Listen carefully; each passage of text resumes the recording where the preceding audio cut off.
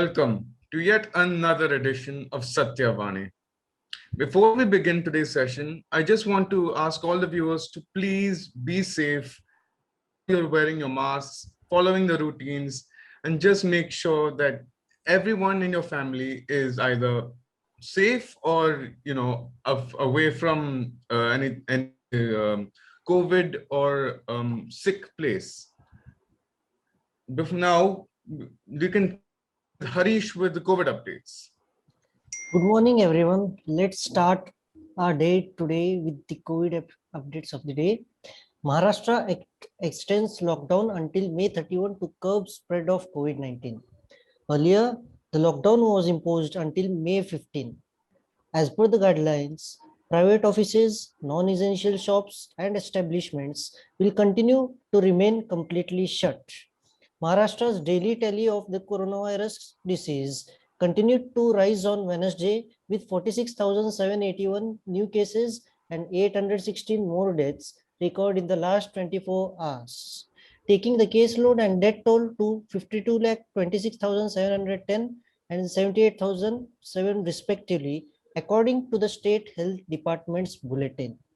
As many as 58,805 recoveries were recorded on Wednesday, taking the total recoveries past 4.6 million.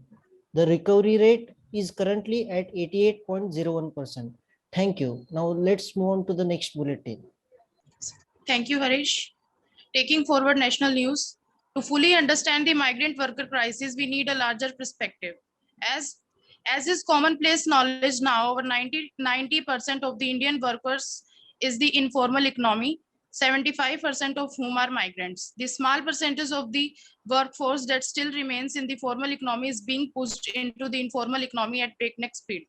The working conditions and terms of employment of the vast majority of this workforce, especially in urban areas, remind one of the initial phase of industrialization, where rights, security, and dignity were sacrificed. By definition, work in informal economy implies complete insecurity. You may have to work 12 hours a day every day for the whole month. You may get a just few days work a month. The worker puts themselves out, but that does not ensure a daily meal. But one thing is sure, if you do not work that day, there is no dinner for you and your family. That is the on the ground definition of the informal economy. So it is difficult to fathom how someone who is at the helm of affairs in this country could impose a very strict lockdown in March 2020 with the notice of a mere 4 hours, a complete shutdown of the transport system. To fully understand, thank you. Thank you, Surbi. Following the national news, Pune 54 booked for objectionable social media post against PM Narendra Modi, Fadnavis. Based on a complaint filed by a BJP activist, Pune City Police have booked 54% in an offence regarding posting of alleged derogatory content against Prime Minister Narendra Modi, former Chief Minister Devendra Fadnavis, and other leaders of the party. Advocate Pradeep Gavde, State Secretary of BJP's Youth Wing, had filed a complaint at the Cyber Police Station of Pune Police in this case on May 10. We will be naming the 54 persons as accused in an earlier FIR lodged by the BJP office bearers Vineet Bajpayee, said Senior Police Inspector Daglu Hake of the Cyber Police Station. A couple of days ago, police had booked two NCP Youth Wing leaders, Moshim Sheikh and Shivaji Rao, following a complaint filed by Bajpayee for allegedly posting mocked images of PM Narendra Modi and Uttar Pradesh Chief Minister Yogi Adityanath on social media. Thank you. Now over to you, Mansi. Thank you, Ritika. Well, I believe this is the new normal now. You talk against government and you will be booked for several charges. So moving on with the new update. No Covaxin supply under government instruction, Delhi cites letter. Covaxin maker Bharat Biotech has refused to supply doses to Delhi under instruction from the central government. Deputy Chief Minister Manish Sisodia alleged today. It was disheartening that some states were complaining about the intentions. Bharat Biotech has said it will not be able to supply vaccines to this capital, citing directives of the government and limited availability, Mr. Sisodiya said at a digital press meet. The Covaxin manufacturer has, in a letter, said it cannot provide Delhi government vaccine due to unavailability under instructions of the concerned government officials. It means that the central government is controlling the supply of vaccine, he said. The Delhi government, Mr. Sisodia said he had asked for 1.3 crore vaccine doses to vaccinate those between 18 and 44, equal doses of Covaxin and Serum Institute of India's Covishield. They say that the center will decide who will get how much vaccine, he told. He also shared on Twitter the letter from Bharat Biotech chairman Krishnan Illa responding to the Delhi government's request on May 7. Now moving on to Shubhankar for some city updates. Thank you, Mansi, for letting us know about the Delhi vaccination updates. Now moving on to national updates. Ambulance driver leaves COVID-19 patient's body on road suspended. A driver of government ambulance was suspended for leaving a COVID-19 patient's body on road in Andhra Pradesh, Krishna district. The deceased's wife had asked the driver to drop the body at their village outskirts due to their financial status. The dead the deed took place after the doctors at a hospital declared the victim brought dead. The deceased, identified as Sheikh Subhani, 40, was a resident of Munukula village in Tiruvuru Mandal of Krishna district who was bearing fever from 2 days. On Tuesday morning, he tested positive at Rajugudem Government Hospital. When his condition was critical, he was shifted to a hospital in Tiruvuru in an ambulance for better treatment. Reaching Tiruvuru, doctors declared him brought dead. Following this, his wife decided to take the body back to the village. The driver left the body on the outskirts of the village and the body was there on the road for some time. The police came to know the matter and made the arrangements for the final rites. Now moving on to Muskan for more updates. Thank you, Shubhankar.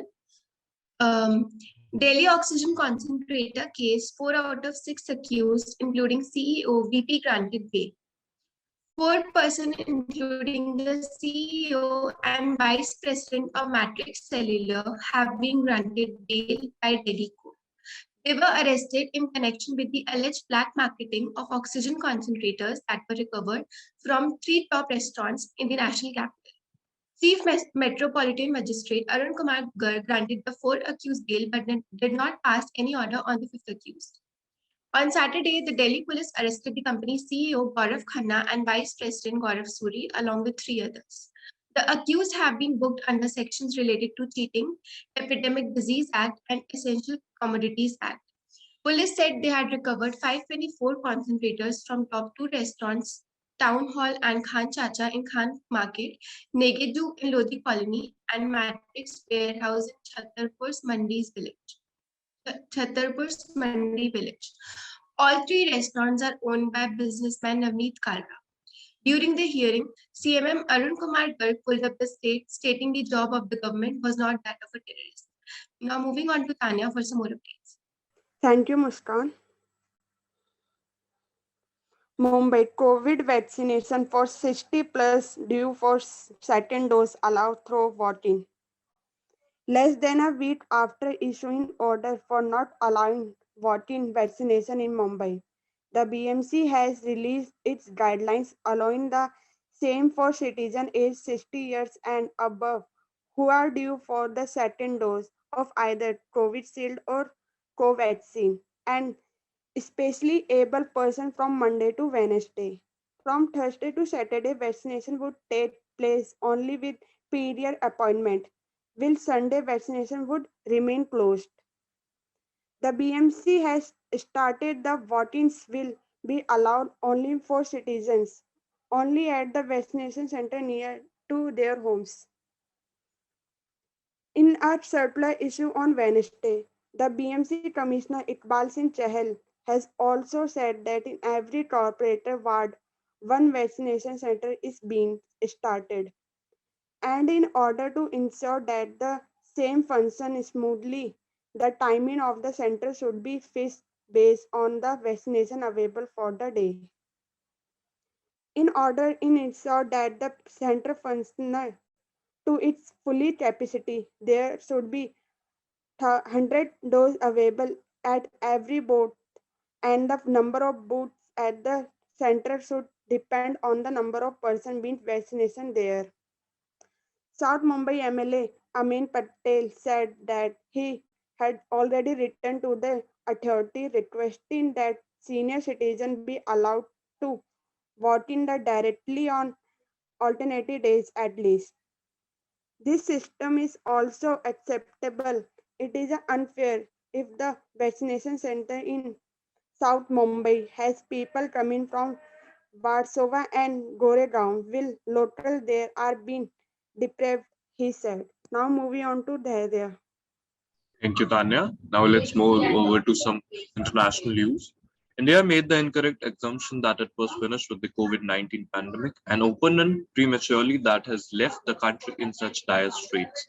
America's top infectious disease expert, Dr. Anthony Fauci, has told senators. India has made severe affected by the unprecedented second wave of the coronavirus, and hospitals in several states are reeling under the shortage of health workers, vaccines, oxygen, and drugs and beds. The reason that India is in such a dire straits now is that they had an original surge and made the incorrect assumption that they have finished with it. And what happened? They opened up prematurely and wind up having a surge right now that we are all in very aware of extremely devastating. Fauci told the US Senate Health Education Labor Pension Committee during a hearing on Tuesday on the COVID-19 response. Dr. Fauci, who is the director of the US National Institute of Allergy and Infectious Disease, is also the chief medical advisor to President Joe Biden. Chairing the hearing, Senator Patty Murray said that the surge of COVID-19 that is devastating India is a painful reminder, really, that the US can't end the pandemic here until it ends everywhere. I'm glad that the Biden administration is leading the global fight by rejoining the World Health Organization and funding global vaccine efforts and committing to donate 60 million AstraZeneca vaccines to other countries by July 4th. Now let's move over to Bobby. Thank you, Daria. That was rather insightful. Now, moving on with the international news. Kerala women killed in Palestinian rocket strike in Israel. A Kerala woman working in Israel was killed allegedly in a Palestinian rocket strike, her family members said. They said the rocket fell on the residence of 31-year-old Saumya in the city of Ashkelon while she was talking to her husband Santosh, who is in Kerala, over video call in the evening.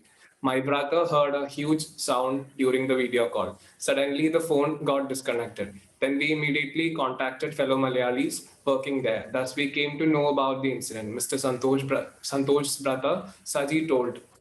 Saumya, hailing from Kirtod in Idiki district, had been working as a housemaid in Israel for the last 7 days, her relatives said. Now, moving on to Harish for financial news. Let's move on to the financial news of the day. April retail inflation eases to 4.29% on sharp fall in food prices. The fall in inflation rate was primarily on the back of a sharp decline in food inflation. Data by the National Statistical Office shows that consumer food price index inflation dropped to 2.02% in April from 4.87% in March. Consumer price index based inflation for the month of April 2021 came in at 4.29%, the lowest in 3 months, compared with 5.52% in March, and well within the Monetary Policy Committee's medium-term inflation target range of 4%, official data showed on May 12. This is the 5th consecutive month that CPI inflation is within the MPC's target range. On March 31, the center gave the MPC an unchanged inflation target for 2021-22 to 2025-26. The fall in inflation rate was primarily on back of a sharp decline in food inflation. Data by the National Statistical Office shows that consumer food price index inflation dropped to 2.02% in April from 4.87% in March. Thank you. Now let's move on to Agastya for the editorial. Thank you, Harish, for the financial news update. Now, moving on to the editorial. Bharat Desh Mahan. Is state data used? The lotus looks withered, but even districts can't save the lotus. Should we talk about rural-urban divide? Even that shows that the so-called benign king is naked. Where do we go? Travel is unfortunately no way out for bearded bhimas because people from Bharat Desh are person non grata thanks to our dear friend COVID-19. Best is to stay at home, say nothing, don't attend parliament, and let people die. After all, death is salvation. People cannot speak. No wonder a smart elect feels that elected leadership in India is now stone dead. Maybe we can use the stones to build the huge, expensive monument being created in these wonderful times. Can one think of any worse parody of this kind than Nero playing fiddle while Rome is burning? But maybe in Indian Nirbharta, dead bodies can simply float down our holy rivers as part of saving Nanami Ganga program, so that all of us can attain salvation by saving the firewood for cremation. If there is Atma Nirbharta the world over, where can we go with a begging bowl, even to get firewood on our dead bodies? Think about it.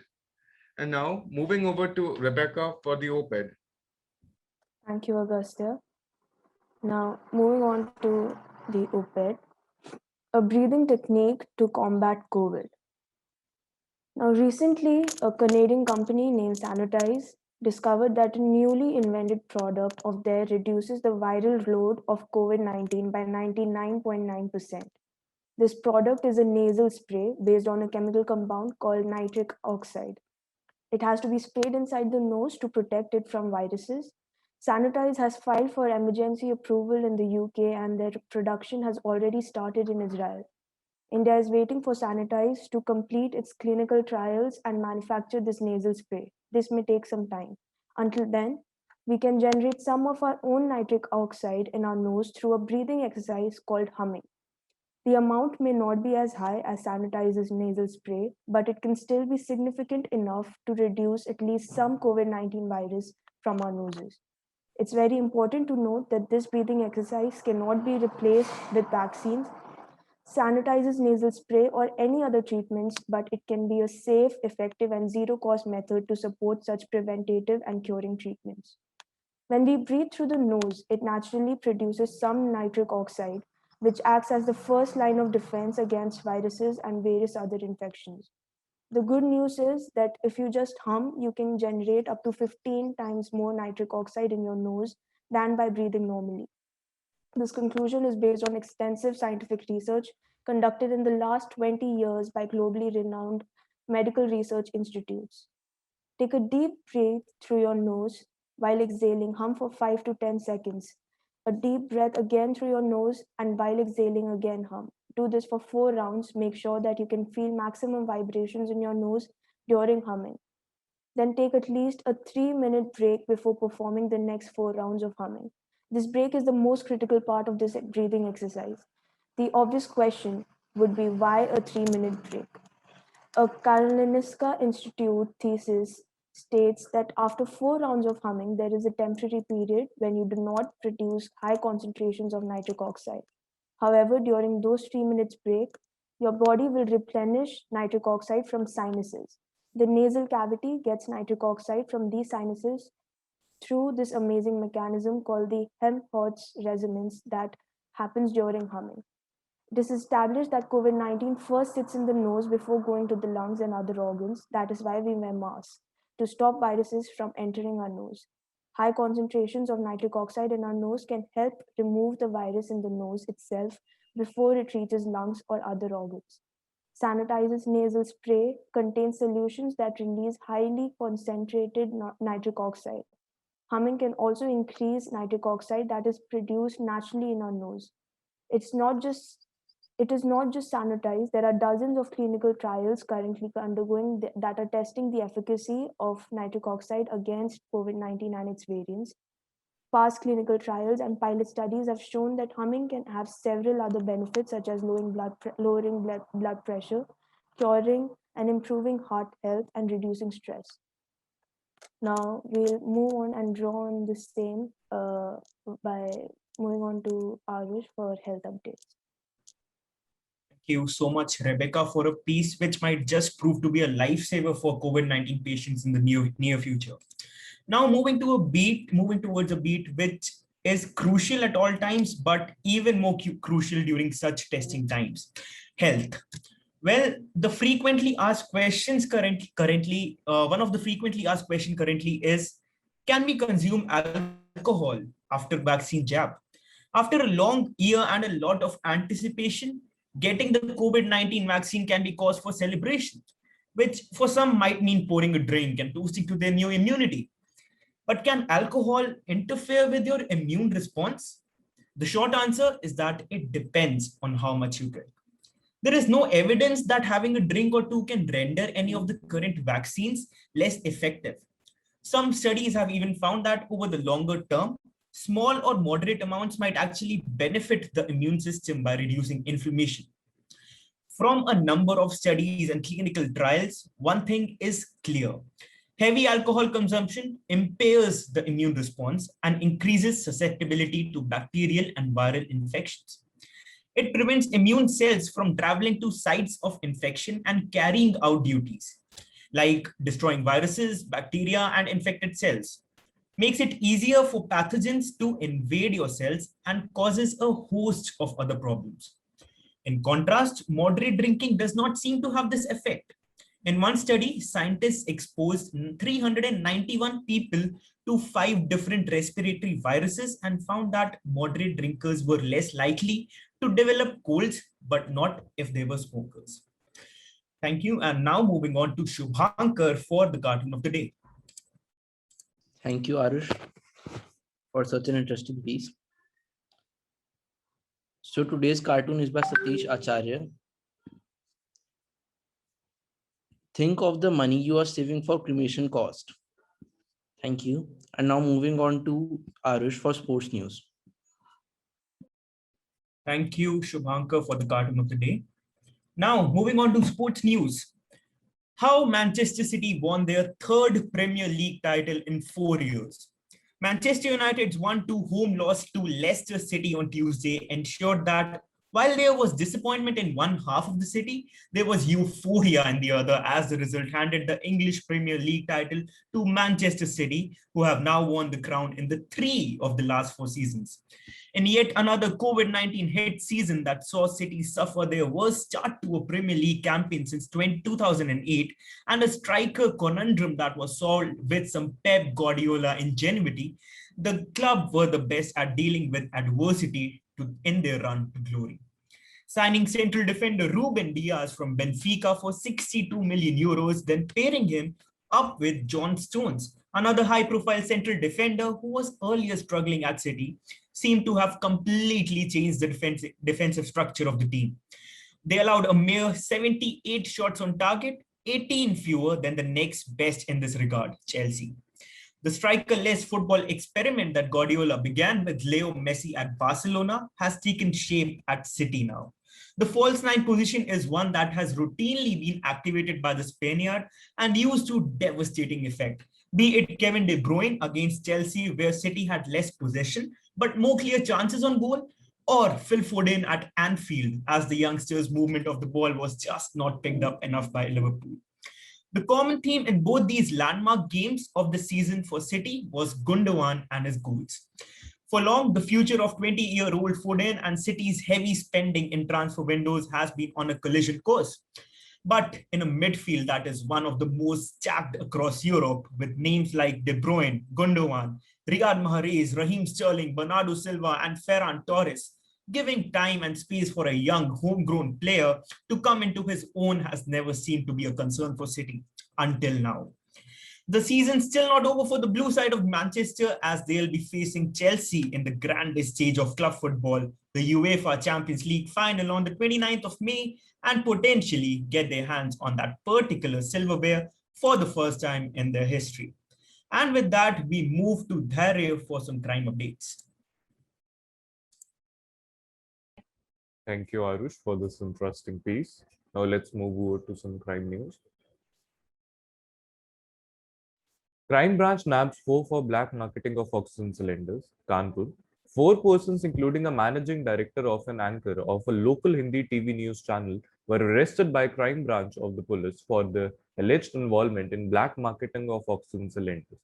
Acting on a tip-off, the police arrested the accused Ashwini Jain, MD and anchor of a local TV news channel, his brother Rishabh Jain, Pradeep Bajpai, and TV cameraman Abhishek Tiwari for illegal trading of cylinders. DCP Crime Branch Salman Taj Patil 2. Police also recovered 4 big oxygen cylinders and 6 small cylinders, a car and several ID cards of journalists from their possession. The accused have confessed to the crime.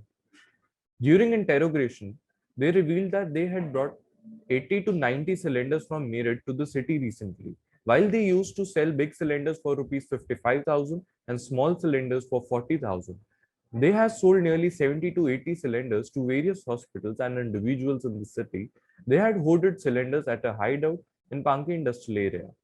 Now, let's move over to Srishti for some science and technology updates. That was a distressing piece of news. Anyway, thank you, Dhairya. Moving on with the science and technology beat. WhatsApp responds to privacy criticism. Facebook-owned messaging giant WhatsApp has responded to criticism of its privacy policy by reportedly alleging that other apps and tech companies also show disdain for user privacy, an argument that could easily backfire. WhatsApp has pointed out that platforms like food delivery app Zomato, ride-hailing app Ola, Indian government's Arogya Setu app, and video conferencing app Zoom collect similar or more amounts of data. WhatsApp's affidavit also points fingers at the US tech giants Google and Amazon. In addition to this, it has also named Republic World, the digital venture of Republic TV, as one of the same. Moving on to Srijan for some entertainment news. Thank you, Srishti. That may prove to be an eye-opener for a lot of people using these apps. Now, in today's entertainment news, Tom Cruise has returned his 3 Golden Globes. The future of the Golden Globes was plunged into jeopardy on Monday as NBC cancelled its broadcast of next year's prestigious awards. The Hollywood Foreign Press Association, months following widespread allegations of racism, sexism, bullying, and corruption amongst its ranks. Tom Cruise on Monday returned his 3 Golden Globes to the HFPA in protest, according to multiple Hollywood trade outlets. The award's long-standing broadcaster NBC said in a statement, as such, NBC will not air the 2022 Golden Globes. Assuming the organization executes on its plan, we are hopeful we will be in a position to air the show in January 2023. The development comes days after Netflix and Amazon Studios said they would not work with the HFPA. Johansson, who said on Saturday she had refused to participate in HFPA press conference for years due to sexist questions and remarks that bordered on sexual harassment.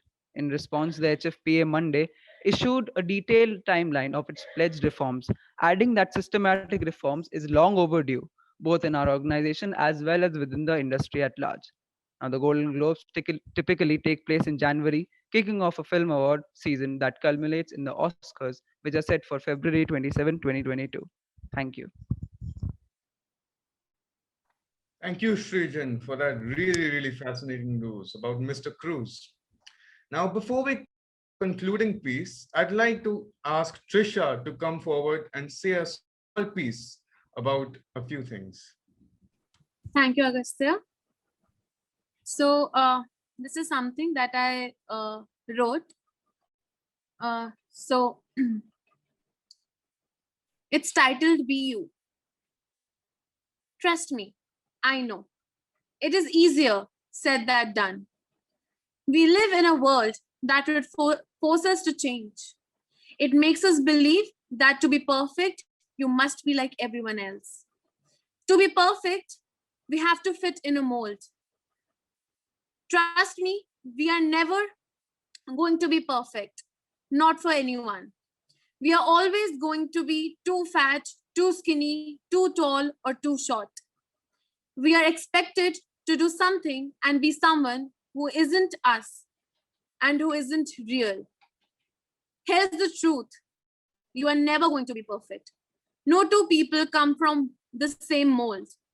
Be unapologetically, fearlessly crazy you. Be someone else's second rated version or be imperfectly perfect you. What would you choose? We are all going to leave the world with some regrets. But do you want you to be that person who lived and wasn't even who he was? Thank you. Thank you, Trisha, for that touching piece. Now, we would finally like to end today's bulletin on a lighter note and highlight the fact that we human beings will always appreciate the lighter side, even in a crisis. Here are a few humorous memes and jokes that were repeated by the public when they were asked this specific question.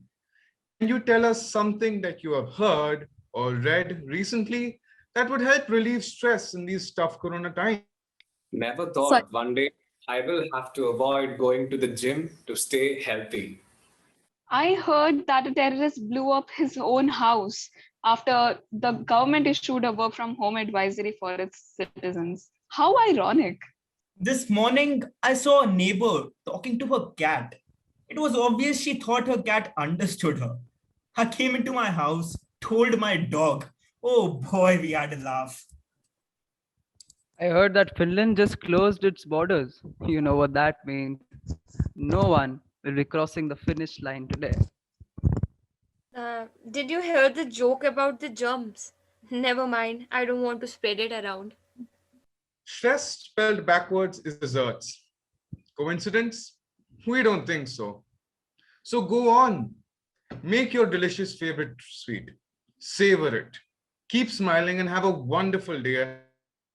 Till we meet again with yet another edition of News and Views. Take care and be safe. Adios.